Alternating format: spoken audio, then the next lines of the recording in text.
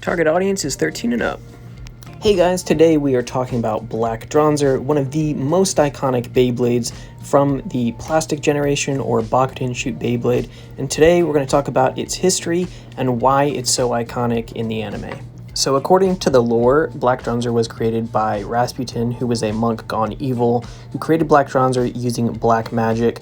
Black Dranzer has the ability to corrupt its users' lust for power and is largely uncontrollable. In fact, the only recorded Beyblader that is able to control Black Dranzer is in fact Kai. This makes him super valuable and is why Boris is so adamant about trying to get him back on the Demolition Boys team, which is the Russian team.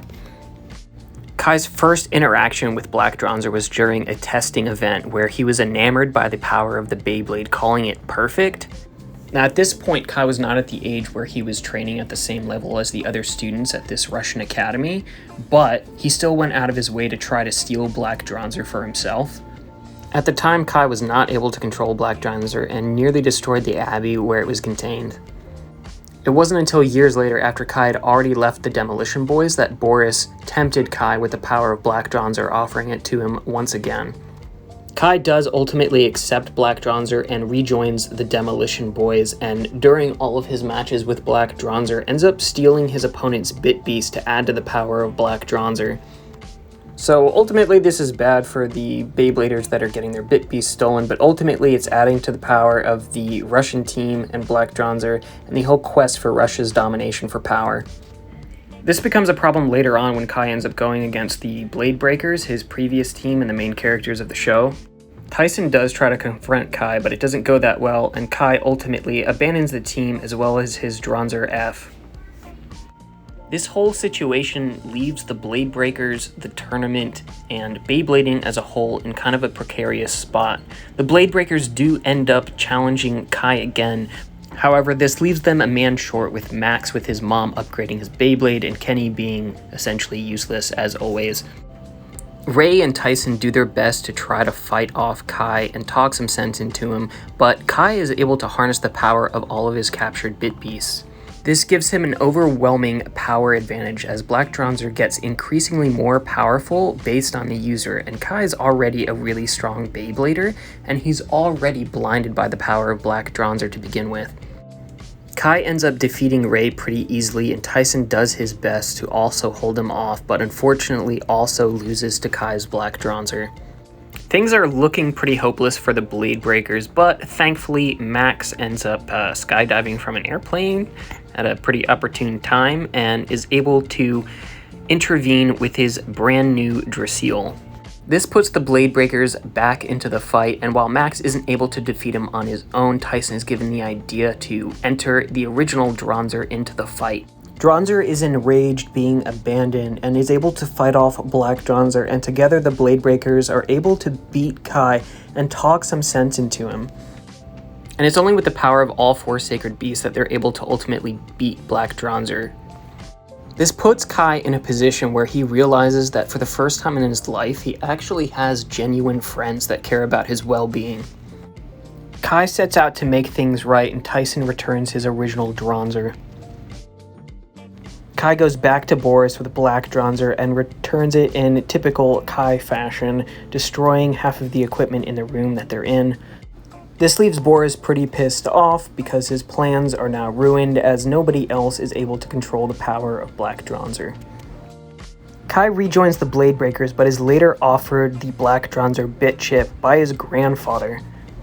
Surprisingly, Kai accepts it again, but in a twist of events, he doesn't actually end up using it in any of the tournaments afterwards. We actually never see Black Dranzer again in the anime, and we're unsure what exactly happened to the bit chip. It's very possible that it's still in Kai's possession and he just resists temptation to use it. As far as I'm aware, in Japan, the only release for the Black Dranzer recolor was the Ultimate Stadium set.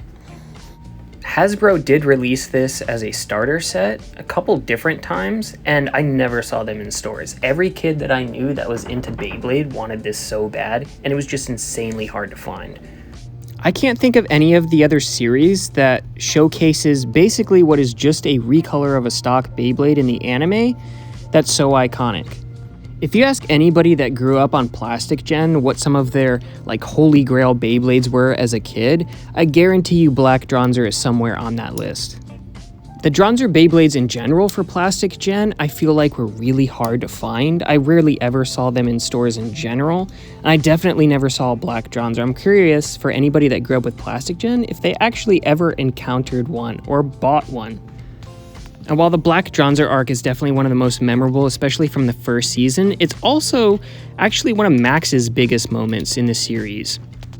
While I do like Max quite a bit as a character, he doesn't actually have a whole lot of wins in the series and is kind of a passive character in terms of character growth. He's already like a really nice guy, and there's not a ton of conflict with him until the later series, like the third season of G-Revolution, where he ends up leaving the team. But ultimately, I think it was a really cool arc, and Black Dranzer cemented itself as one of the most iconic Plastic Gen Beyblades, and definitely the most iconic, I feel like, recolors in general.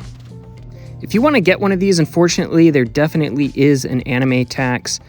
They tend to run for about $100 roughly, and they're not a whole lot cheaper in Japan either, just because of that single release. And just for context, the regular color of Dranzer F goes for about a quarter of the price of Black Dranzer. Interestingly, the whole Black Dranzer arc isn't in the manga, so if you didn't know, the original manga ran in CoroCoro, which publishes monthly, so there's a lot less content being pushed out on a regular basis than, like, say, a weekly shonen magazine, like Weekly Jump, for example. And I definitely think in this case, it's one of the instances where they've padded out the anime and added an arc that was just so good. They did such a great job. It didn't feel like filler. It felt like a genuinely interesting little sub-arc that they added in. If you guys found this video interesting, please let me know down in the comments what you thought of it. And if you haven't watched Plastic Gen, I highly recommend that you do. I think most of it is uploaded on YouTube for free, depending on your location in the world. I definitely feel like it's worth the watch. It's aged pretty well, and I definitely think it has the best plot of any of the Beyblade series so far. Hopefully X can one-up it, but so far, where it's at right now, I still think it's the best. The animation is a little dated, but if you can get past that, it's genuinely really good.